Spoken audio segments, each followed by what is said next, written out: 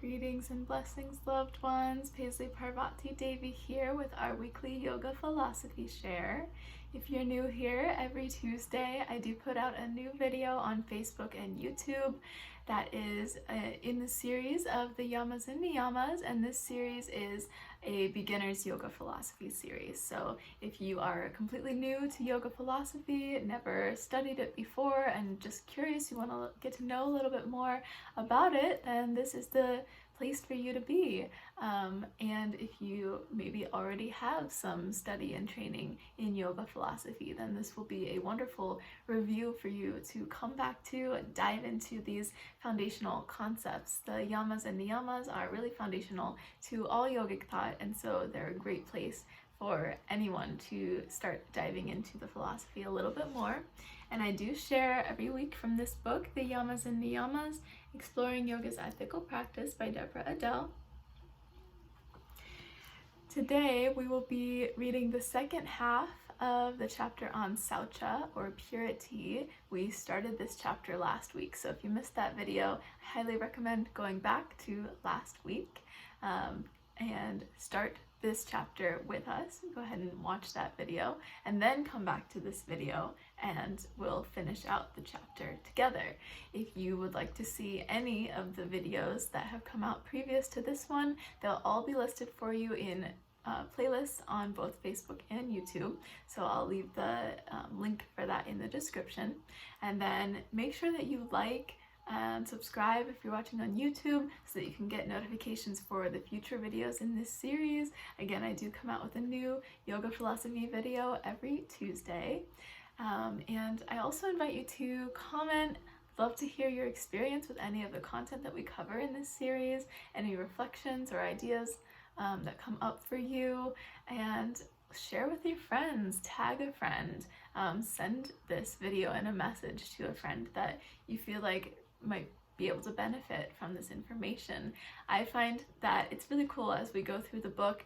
Every topic that we talk about together, it's really relevant for me in my personal life as I'm sharing it with you guys. And I think it's just funny and cosmic how yoga philosophy and really any type of like spiritual philosophy works that way.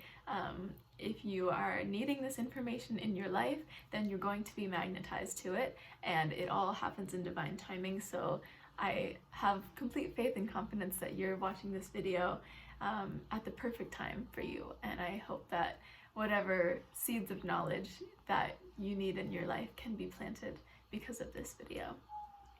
So that's my spiel. Let's get into the content, you guys. So again, if you missed the beginning of this chapter, go back and watch the other video. Today we will be reading the second half of this chapter, Saucha. And Saucha is the first of the Niyamas, the actions or behaviors to be cultivated in order to cultivate our own inner peace. So Saucha translates to purity, and last week she shared a little bit about the various levels of purity. It could be physical, in our bodies, purity. It could be physical purity in our environment, cleanliness in our environment. It could be purity of our speech, of our mind, of our thoughts, even of our intentions. So many different levels to all of these concepts, you guys. Every concept can be viewed from a physical or gross form, like material reality level, and then the subtle form, which would be the thoughts and our emotions, our internal experience, and then the causal form, which is the intention, the very seed of where all material creation unfolds and evolves from. So I know that's kind of a lofty concept. Again, don't worry if these things aren't landing for you today. The seed will be planted, and eventually over time you water that seed as you keep coming back to these videos, and you will learn more and more and cultivate a deeper understanding with your own reflection too. So that's why I highly recommend, if you can, doing the reflection exercises at the end of each video, because that's going to help you integrate these concepts more and really understand why they're actually relevant for you personally in your individual life. So this section is titled Purity as Relational. Saucha has a relational quality that asks us not only to seek purity in ourselves, but to seek purity with each moment by allowing it to be as it is. We are asked to be with life, with others, with things, with the day, with work, with the weather, as they are in the moment, not as we wish they were or think they should be or expect them to be. We fail this guideline in any of our attempts to change, judge, criticize, alter, control, manipulate, pretend, be disappointed, or check out. Purity is not our attempt to make something different than it is, rather it is to be pure in our relationship with it, as it is in the moment. Ooh, beautiful. This is reminding me of a conversation that came up last night with my yoga teacher training study group. I'm part of an advanced yoga teacher training right now, and we were actually talking about a different concept called aparigraha, which I cover earlier in the series, and aparigraha translates to non-attachment. So we were just, we were just talking about, sorry, I lost my train of thought. The example that was given was with coffee. So is coffee in itself bad? No, not necessarily. Just objective coffee, it's just coffee. But how is our relationship to the coffee? Are we attached to the coffee? Do we feel like we need the coffee every day, first thing when we get up, in order to be okay? If I don't have my coffee, then I'm grumpy and the whole day is going to be horrible. You know, that's attachment. And ultimately, attachment in any form causes us suffering. But are we in relationship to the coffee? More importantly, are we in a healthy relationship to the coffee? So I can have coffee sometimes. I can enjoy coffee. I can experience the pleasure that I have from coffee, as long as it's in a healthy way, in a moderate way, so that I'm not obsessing over coffee and letting my whole day be ruined and my whole mindset be thrown completely off balance when I don't have my coffee.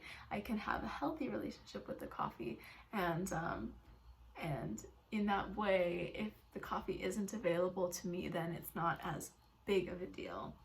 So bringing that back to this concept of purity, are we able to be pure and present in our relationship to the coffee, or are we so busy going into these mental projections of, if I don't have my coffee, this will happen, and I'm gonna be tired, and I always have my coffee, and I'm just so mad, and why is Starbucks closed today, you know? As if Starbucks ever is closed, but I hope you get the point. Okay. We are asked to be with life, with others, with things, with the day, with the work, with the weather, as they are in the moment, not as we wish they were, or think they should be, or expect them to be. We fail this guideline in any of our attempts to change, judge, criticize, alter, control, manipulate, pretend, be disappointed, or check out. Purity is not our attempt to make something different than it is. Rather, it is to be pure in our relationship with it, as it is in the moment.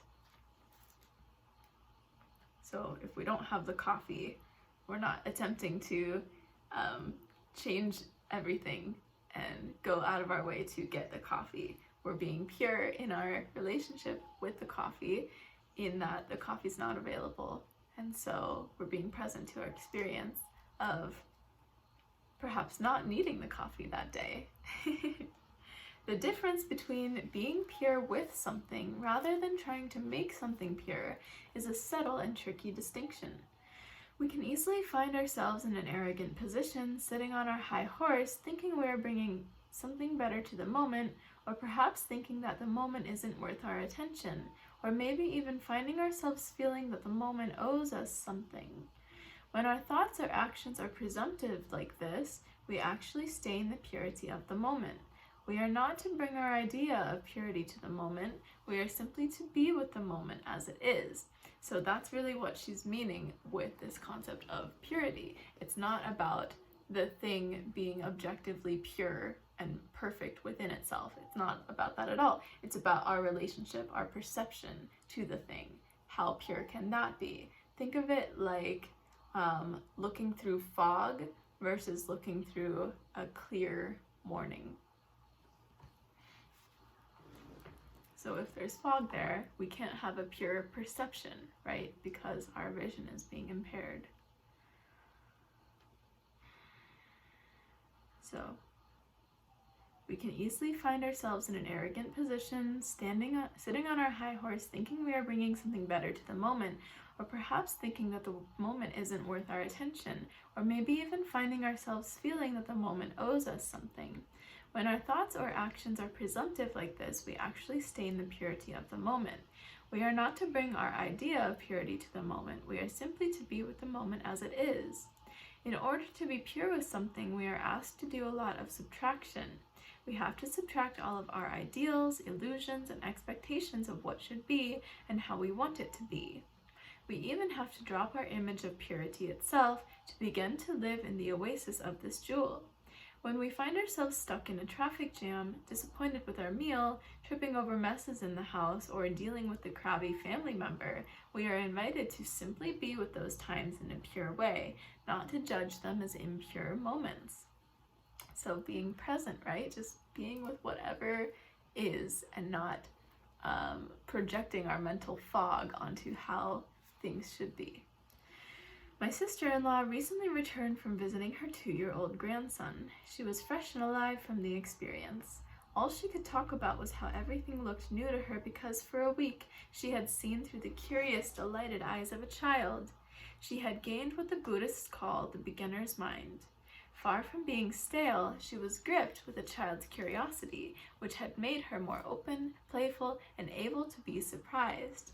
She had reclaimed that childhood ability to see things as they really are, as if for the first time. And we all know, we probably all at least interacted with a child at some point, and it's so pure, right? It's so beautiful and innocent, isn't it? Just to see how they have mistaken ideas or imaginary ideas or completely revolutionary ideas simply because they don't have that mental fog of their colored perception, right? They see things as if seeing through the clear morning, no fog. They see things just as they are, and so they're able to have this different, pure perspective.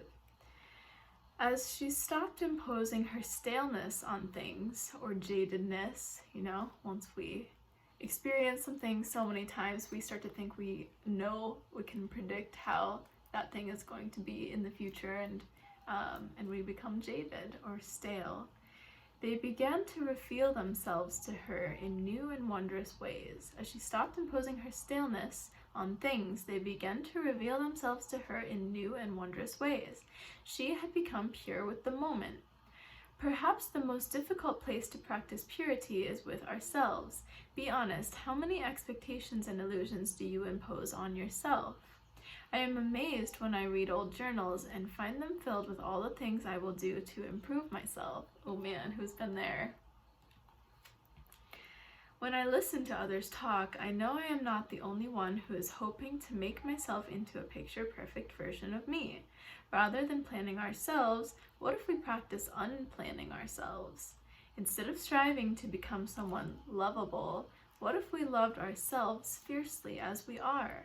Instead of managing ourselves, what if we loosened the reins? The question remains for each of us to answer. Can you be pure with yourself in each moment? Or in the words of Anthony DiMallo, can you leave yourself alone? So not just looking from a clear perspective versus a foggy perspective when it comes to things that are outside of ourselves, but also trying to clear the fog and see ourselves with a real, genuine perspective, outside of all of the judgments and criticisms and expectations that we put on ourselves. Instead of striving to become someone lovable, yes, you are lovable. You are so loved. No matter what, you are loved because you are love itself. So instead of striving to become someone lovable, instead of striving to be what you already are, what if we loved ourselves fiercely as we are? What if we just saw ourselves clearly? Can you leave yourself alone? Can you be kind to yourself? Back to the first tenet, ahimsa, nonviolence. Can you love yourself? Can you be kind to yourself as you are to other folks or other beings? Being pure with ourselves means we are not afraid of our thoughts or our feelings, and we do not have to hide anything from ourselves. Matthew Sanford, speaking from the experience of an accident that left him paralyzed from the waist down, says, "I am not afraid of my sadness. My sadness is an incredible gift that allows me to be with people who are suffering without trying to fix them." Matthew invites us to simply and fearlessly be with all the pieces of ourselves. Being pure with all the pieces of ourselves increases our staying power with our own suffering, intimacy, joy, boredom, pain, and anxiety. We become safe with ourselves, and we become a safe place for others. We become a person who can comfortably and compassionately sit with another without the need to fix them. So when we're able to see ourselves clearly and recognize, I'm not perfect, I have flaws, there are things about me that I am working on and that I'm improving. And I love those parts of myself. Not only do I acknowledge and recognize those parts of myself, but I accept them. I love them. This is what we call integration. So integrating the shadow, right? Those aspects of ourselves that are perhaps hidden under perhaps many layers of subconsciousness, programming, or denial, or fear, or anxiety, hate. There's this cliche by now that if someone is very outwardly homophobic or very hellbent, for lack of a better term, very ruthless about not only making sure that it's known that they are straight, but also that they are not okay, do not condone homosexuality. It's kind of a cliche that if someone has all of those behaviors, it's probably possible that they are homosexual themselves or queer in some way themselves. And so this is what I mean by seeing ourselves clearly, because when we can see those parts of ourselves and love and accept and acknowledge them, then we integrate those parts rather than shoving them deep down into the subconscious where they'll just end up coming out in other ways. We bring them up, shine the light of consciousness on them, and say, hey, I love you. You're a part of me. All parts of me are welcome in this space. All parts of me are loved and accepted in this space.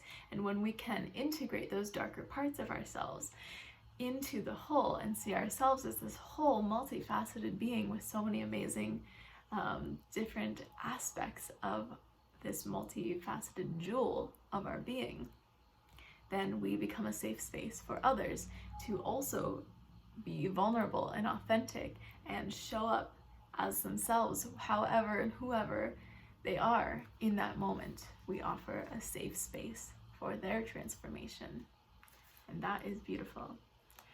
So being pure with all the pieces of ourselves increases our staying power with our own suffering, intimacy, joy, boredom, pain, and anxiety. We become a person who can comfortably and compassionately sit with another without the need to fix them.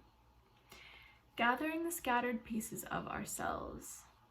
Not only does purity ask us to subtract the illusions we impose on the moment, it also asks us to gather ourselves together so that our whole self shows up to the moment. What does this mean?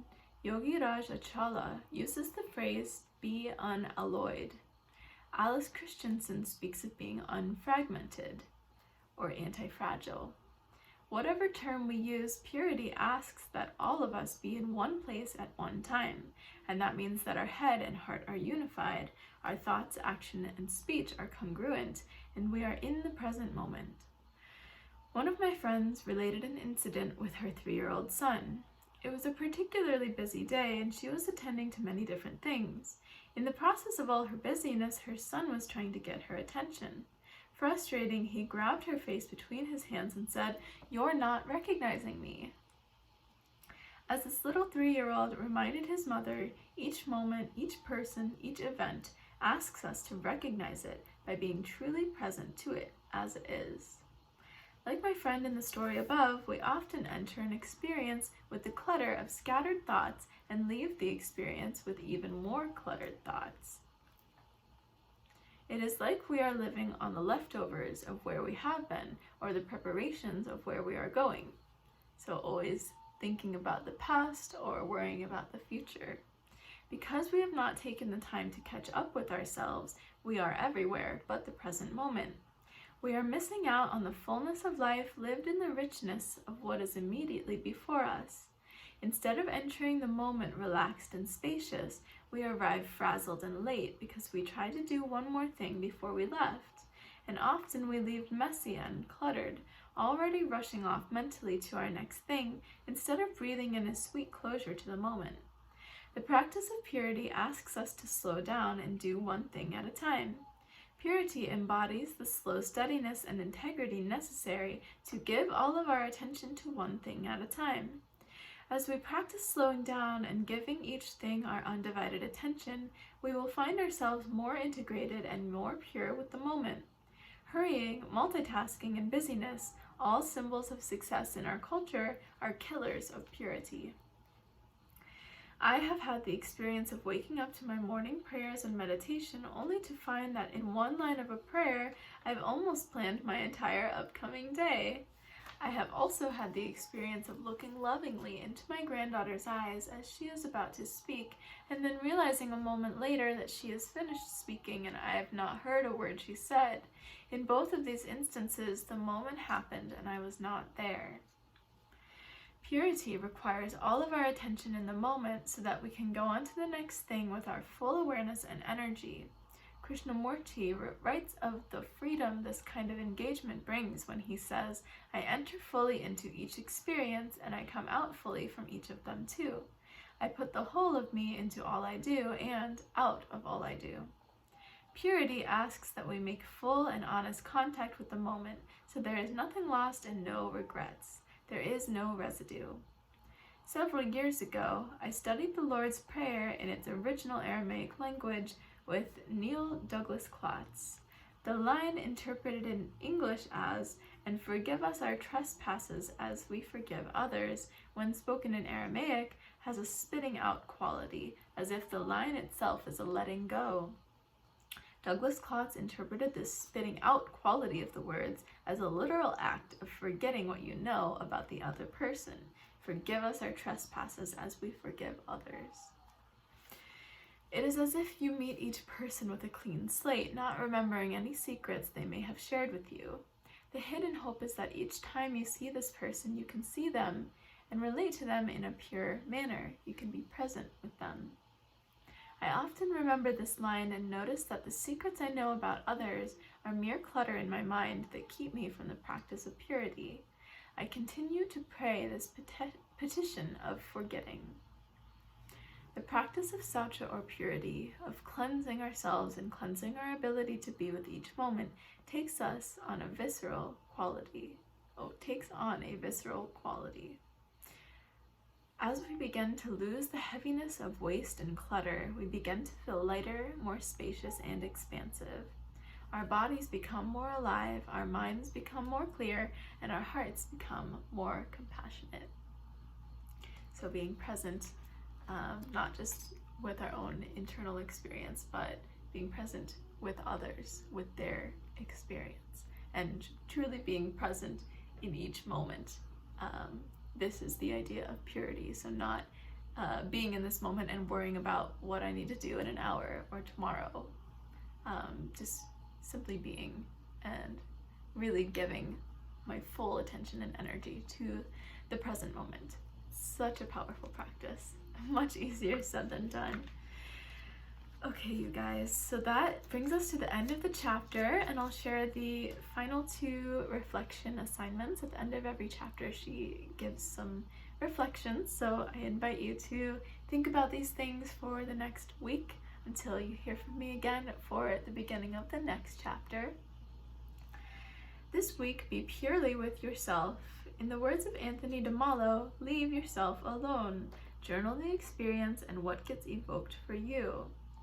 So taking on that practice of trying to see yourself with purity as much as you possibly can, without all of these expectations, illusions, criticisms, and trying to take off those glasses of perception, right? And really being present with ourselves in a pure way, and just seeing what comes up. And when we journal about this and see what comes up, no judgment. We're not trying to look for a right or wrong here. We're just noticing, just being present and seeing what comes up in that moment with ourselves, showing up for ourselves and holding that space for ourselves. Such a powerful practice. Again, if we can cultivate that for ourselves, then we realize, we may have been relying on other people to do that for us, to hold the space for us and do the emotional labor for us, when in fact it's so much more empowering and beneficial overall to be able to do that within ourselves, self-soothe and self-heal and self-reflect. So important. And that doesn't mean we can't lean on other people, right? It's totally okay to vent. It's totally okay to have our selves heard in a way that's balanced and healthy. But also, I think, such an amazing tool to recognize that we have the capacity to do that for ourselves. And then the last assignment this week, set aside one undisturbed hour where you take the entire time to eat one orange. Give this orange and the delight of eating it your full attention for the whole hour. For the rest of the week, slow down and be purely with each moment as it presents itself. Journal your experience. So that might be a little extreme. Oh, okay. I thought the video stopped recording for a second. So taking a whole hour to eat one orange, you most certainly can challenge yourself to do that. If you would like, I would offer the opportunity to do this practice with any food of your choice, or maybe it's not food, maybe it is that coffee or another kind of drink, maybe just water, maybe something nourishing and healthy. Take a long period of time to really be present with whatever that is, your food or drink, and really just savor it and enjoy it, and see if you're able to give that thing your full attention. So not eating while being on the phone or watching a movie or even talking to someone. See how long you can just do one thing, just eating or drinking that thing, and do it as slowly as you can and with intention in your heart of being very grateful and appreciative and truly being present in a pure way with whatever it is that you choose. All right, thank you guys. So that will be the end of this chapter on Saucha or purity, and I look forward to seeing you next week for the next chapter in this book. I love you all. I hope you have an amazing day.